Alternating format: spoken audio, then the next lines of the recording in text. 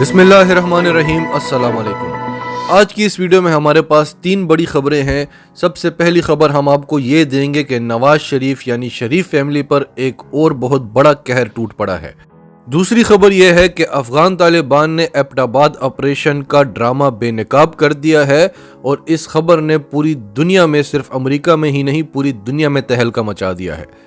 اور آخری خبر ہم آپ کو نیو یارک ٹائمز کی دیں گے، جس میں وہ بتا رہے ہیں کہ پاکستان نے امریکہ کی مدد سے امریکہ کو افغانستان میں ہرایا ہے، اور امریکہ یہ جنگ افغان طالبان سے نہیں بلکہ پاکستان سے ہارا ہے۔ تو ڈیٹیلز میں جاتے ہیں۔ اس سے پہلے اگر ابھی تک آپ نے ہمارا چینل سچ ٹی وی سبسکرائب نہیں کیا تو اسے ابھی سبسکرائب کر لیں اور بیل آئیکن پر کلک کریں تاکہ ہماری آنے والی ویڈیوز آپ کو وقت پر ملتی رہیں۔ یہ خبر تو آپ سب نے سن لی ہوگی کہ پنجاب حکومت نے جاتی امرا کی 127 کنال زمین کی ملکیت منسوخ کر دی ہے، لیکن اس کا بیک گراؤنڈ آپ میں سے کم ہی لوگ جانتے ہوں گے۔ ویسے تو شریف خاندان کی رائیونڈ میں ہزاروں کنال کی زمین ہے، لیکن جاتی امرا 1700 کنال پر مشتمل ہے، اور اس میں جو کنسٹرکشن ہے، جو تعمیر کی گئی ہے، وہ بھی 450 کنال پر ہے۔ 1700 کنال کا ایک محل آپ صرف امیجن ہی کر سکتے ہیں۔ رائیونڈ میں صرف مریم نواز کی 444 کنال زمین ہے، جو کہتی تھی کہ میری لنڈن میں تو کیا پاکستان میں بھی کوئی زمین نہیں ہے، اور جن کے بارے میں ابھی حال ہی میں عدالت نے ایک خاص حکم نامہ جاری کیا ہے نیب کو کہ اگر آپ نے مریم نواز کو گرفتار کرنا ہے تو 10 دن پہلے بتا کے کرنا ہے، اور یہ قانون کسی عام پاکستانی کے لیے نہیں ہے، یہ خاص طور پر مریم نواز کے لیے ہے۔ بہرحال پنجاب کا جو ریونیو ڈپارٹمنٹ ہے اس کا کہنا ہے کہ اس میں جو 127 کنال زمین ہے جو شریف برادران کی والدہ محترمہ مرحومہ کے نام پر ہے، مرحومہ شمیم اختر کے نام پر، یہ اوقاف کی زمین ہے اور یہ غلط طریقے سے ان کے نام پر الاٹ کی گئی تھی۔ پہلے یہ زمین وحیدہ خاتون کے نام پر الاٹ کی گئی اور پھر وحیدہ خاتون نے یہ زمین مرحومہ شمیم اختر کے نام پر کر دی، لیکن اوقاف نے اپنی یہ زمین وحیدہ خاتون کے نام پر کیوں کی، ان کو کیوں الاٹ کی، اس حوالے سے کوئی ریکارڈ نہیں مل رہا، اور یہ وحیدہ خاتون ہیں کون، کیونکہ یہ ریکارڈ جلا دیا گیا تھا۔ تو خبریں یہ مل رہی تھی کہ پنجاب حکومت جاتی امرا کو گرانے والی ہے اور 127 کنال زمین اپنے قبضے میں لینے والی ہے، لیکن شریف فیملی نے اس پر سٹے لے لیا ہے، اور اب جب تک اس سٹے کا فیصلہ نہیں ہو جاتا عدالت میں تب تک پنجاب حکومت کچھ نہیں کر سکتی۔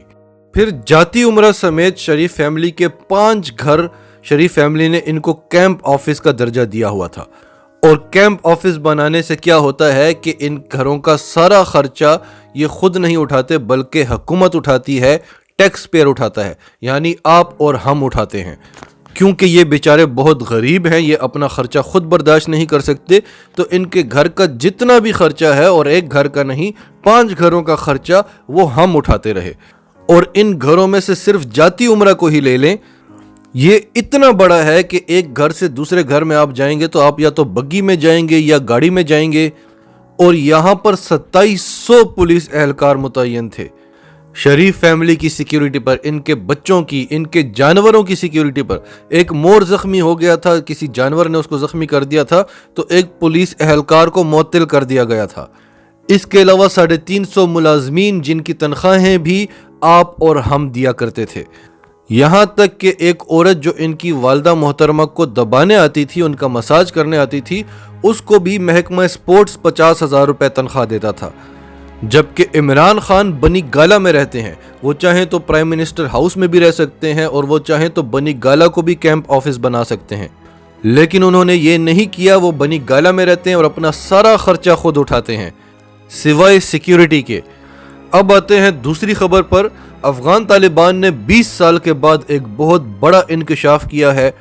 افغان طالبان کا کہنا ہے کہ 9/11 ایک ڈرامہ تھا، 9/11 کے واقعے میں، اس حملے میں اسامہ بن لادن کا کوئی ہاتھ نہیں تھا، اور پھر انہوں نے کہا ہے کہ جو ایبٹ آباد آپریشن تھا اس میں اسامہ بن لادن موجود ہی نہیں تھا، وہ اس سے پہلے ہی طبی موت یا کسی بھی وجہ سے وہ مر چکا تھا، اور امریکہ نے پاکستان کے ساتھ مل کر یہ سارا ڈرامہ رچایا تھا۔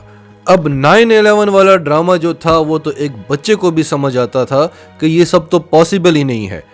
میں بچے کو اس لیے کہہ رہا ہوں کیونکہ میں اس وقت سکول گوئنگ سٹوڈنٹ تھا، اور میں نے اس پر بڑا لمبا چوڑا آرٹیکل لکھ کر یہ سارا ڈرامہ بے نقاب کیا تھا۔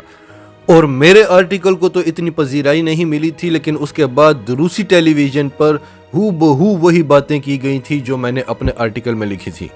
اگر Osama bin Laden World Trade Center پر حملہ کرواتا ہے تو اس دن سارے مسلمان وہاں پر ڈیوٹی پر موجود ہوتے ہیں، لیکن ایک بھی یہودی نہیں ہوتا۔ اس کے علاوہ بہت ساری ٹیکنیکل چیزیں تھی جو میں نے اس آرٹیکل میں لکھی تھی، اور بعد میں پوری دنیا نے وہ باتیں کی تھی۔ تو آج 20 سال بعد افغان طالبان خود اس بات کا اعتراف کر رہے ہیں کہ وہ سارا ایک ڈرامہ تھا۔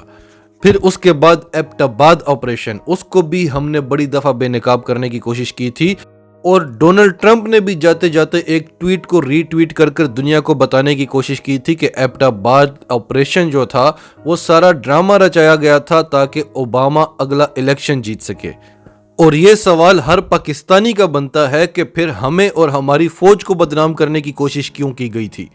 تو یہ ہوتا تھا، امریکہ میں کسی نے الیکشن جیتنا ہو، بھارت میں کسی نے الیکشن جیتنا ہو تو پاکستان کو قربانیاں دینی پڑتی تھیں۔ پھر یہ کہتے ہیں کہ ہماری فوج ہمارے اتنے خلاف کیوں ہے؟ کیونکہ ہماری فوج کو آپ نے قربانی کا بکرا بنایا ہوا تھا۔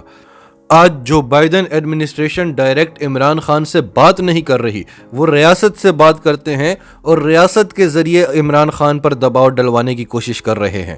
ورنہ آج تک کیا ہوتا رہا، پاکستان کیا رول پلے کرتا رہا امریکہ کے لیے، یہ صرف پاکستان ہی نہیں، امریکہ ہی نہیں، پوری دنیا جانتی ہے۔ چین اور روس سے زیادہ یہ باتیں کون جانتا ہے؟ اور چین اور روس آج پاکستان کے اتنے زیادہ قریب کیوں آ رہے ہیں؟ کیوں اتحادی بننا چاہتے ہیں؟ کیا آج سے پہلے انہیں پاکستان دکھائی نہیں دیتا تھا؟ کیا ان کو پاکستان کی اہمیت کا اندازہ نہیں تھا؟ سب کچھ تھا، لیکن پاکستان کا مورال نہیں تھا۔ وہ جانتے تھے کہ پاکستان امریکہ کے ایک اشارے پر کیا کچھ کر سکتا ہے، اور آج وہ پاکستان کے اتنے قریب ہیں۔ اس کی یہی وجہ ہے کہ وہ جانتے ہیں کہ آج پاکستان ایک آزاد اور خود مختار ملک ہے۔ اور روس کے حوالے سے بڑی اہم بات کرتے ہیں آپ کو آگے چل کر، اس سے پہلے آپ کو تیسری اور آخری خبر بتا دیتے ہیں تاکہ آپ ہماری بات کو اچھے سے سمجھ سکیں۔ نیو یارک ٹائمز یہ خبر چھاپتا ہے کہ پاکستان نے امریکہ کی مدد سے امریکہ کو افغانستان میں شکست دی ہے، اور امریکہ افغان طالبان سے نہیں ہارا، پاکستان سے ہارا ہے۔ جنرل حمید گل نے ٹی وی پر بیٹھ کر ایک بات کی تھی جس کو آج تک سی آئی اے نے اپنے ریکارڈ میں رکھا ہوا ہے۔ جنرل حمید گل نے کہا تھا کہ تاریخ اس بات کو یاد کرے گی کہ آئی ایس آئی نے امریکہ کی مدد سے افغانستان میں روس کو شکست دی تھی، اور پھر تاریخ اس بات کو بھی یاد کرے گی کہ آئی ایس آئی نے امریکہ کی مدد سے افغانستان میں امریکہ کو ہی شکست دی تھی۔ یہ جنرل حمید گل نے بڑی گہری بات کی تھی، اور اس کو سی آئی اے نے اپنے ریکارڈ میں رکھا ہوا ہے۔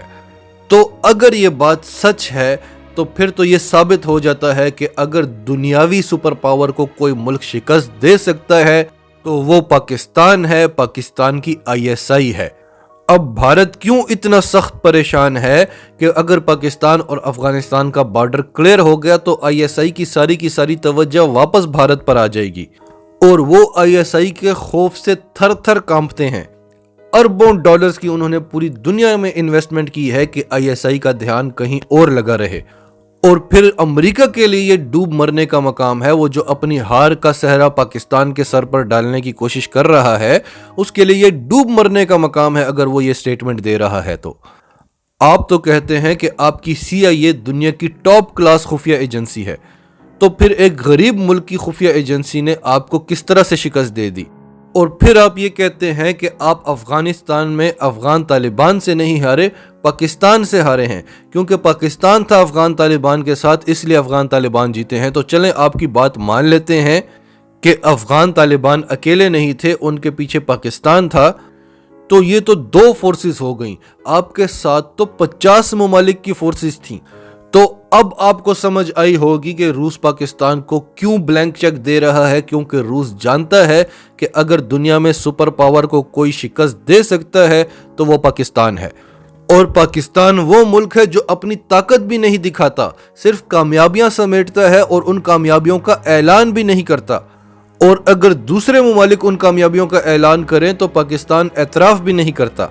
اگر پاکستان کی جگہ آج بھارت ہوتا تو وہ پوری دنیا میں ان باتوں کو کیش کرواتا۔ اس کے کریڈٹ میں اس طرح کی کوئی کامیابی نہیں ہے، اس کی اوقات ہی نہیں ہے کہ وہ سپر پاورز کے ساتھ اس طرح سے کھیل سکے۔ وہ تو فالس فلیگ آپریشنز کر کے، جھوٹے سرجیکل سٹرائکس کر کے اس خطے کا ایک کاغذی شیر بنا ہوا ہے۔ ناظرین، آپ کی سب کے بارے میں کیا رائے ہے؟ کمنٹس میں اپنی رائے کا اظہار کرتے رہیں، اور اگر آپ ہمارے چینل پر نئے ہیں تو ابھی سچ ٹی وی کو سبسکرائب کریں، سچ ٹی وی فیملی کا حصہ بنیں، اور ہماری ویڈیوز پسند آئیں تو انہیں لائک کریں، شیئر کریں، تاکہ زیادہ سے زیادہ لوگوں تک یہ میسیجز پہنچتے رہیں۔